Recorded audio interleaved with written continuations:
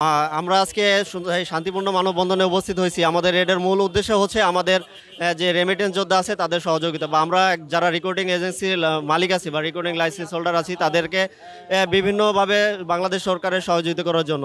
যেমন আমাদের প্রথমত বাংলাদেশ থেকে সবগুলো দেশই এখন বর্তমান বন্ধর পথে। যেমন সৌদি আরব খোলা আছে বর্তমানে, সৌদি আরবে আপনার ম্যান পাওয়ার নিয়ে সমস্যা, ওইখানে রেমিটেন্স যোদ্ধা যাওয়ার পরে ওইখানে আমাদের একটা হয়রানি আছে।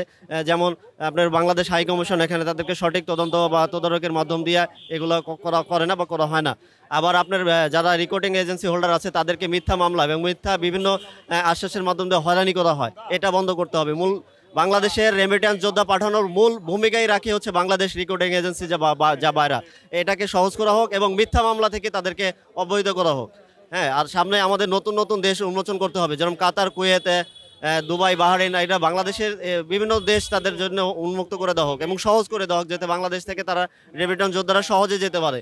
এবং সর্বশেষ আমি বলতে চাই প্রবাসীদের উদ্দেশ্যে, সেটা হচ্ছে বাংলাদেশের যে প্রবাসী কল্যাণ ব্যাংক থেকে যে লোন দেওয়া হয়, এই লোন দেওয়ার নামে হয়রানি বন্ধ করে এবং এটাকে সহজভাবে এবং সুশৃঙ্খলভাবে করে দেওয়া হোক, এটাই আমি আশা ব্যক্ত করতেছি। ধন্যবাদ।